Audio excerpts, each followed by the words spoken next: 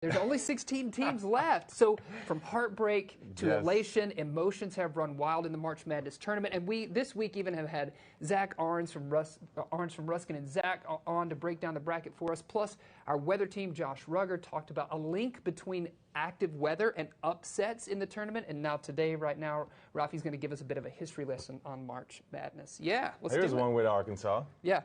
They're number 8 seed, right? Right, sure.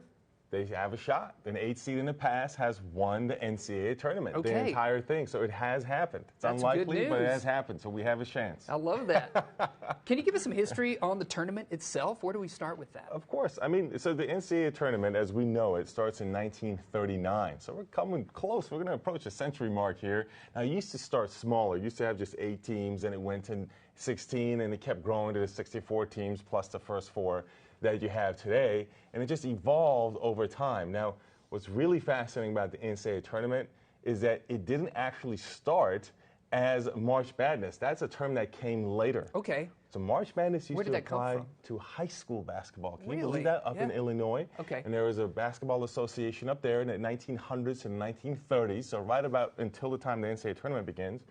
Do you know how many teams they had in there? People think 64 teams is a lot today. Right, yes. They had 900 teams in that tournament. 900 high school teams. Yep, they played round after round. And that became known as March Madness. In fact, one of the officials from that wrote an essay in an Illinois high school basketball publication called March Madness. It was a very poetic essay. And that's when the term March Madness started. It didn't apply to college basketball until the 1980s. So it applied later to college basketball, but now obviously a universal term for all the craziness we see like you're just describing. Yeah. So you were also talking to me in the break about some rule changes in basketball that you thought we might find interesting. So let me show you an example. So one of the classic things you think of when you think of basketball, right, is dribbling. Sure. Right? Yes. Well, guess what? That wasn't part of the game when it started. Really? You were not allowed to dribble. You only could pass the ball until they changed the rules. So dribbling is passing to yourself. That's how they justified it. I'm passing to myself when I'm doing the dribble. So when the game started out, you would run and someone would throw you the ball, you'd catch the ball, and then you'd have to throw it on or take a shot. Exactly. More like Frisbee. Yeah, more like Frisbee. You can't dribble the Frisbee, so you're passing, you're shooting. Sure. Exactly. And actually, I was in England a couple of years ago. Yeah. And they play a version of that. Netball. Exactly. Yeah. They play a version of that. That's right. And basketball originally, of course, was it peach baskets, no backboard.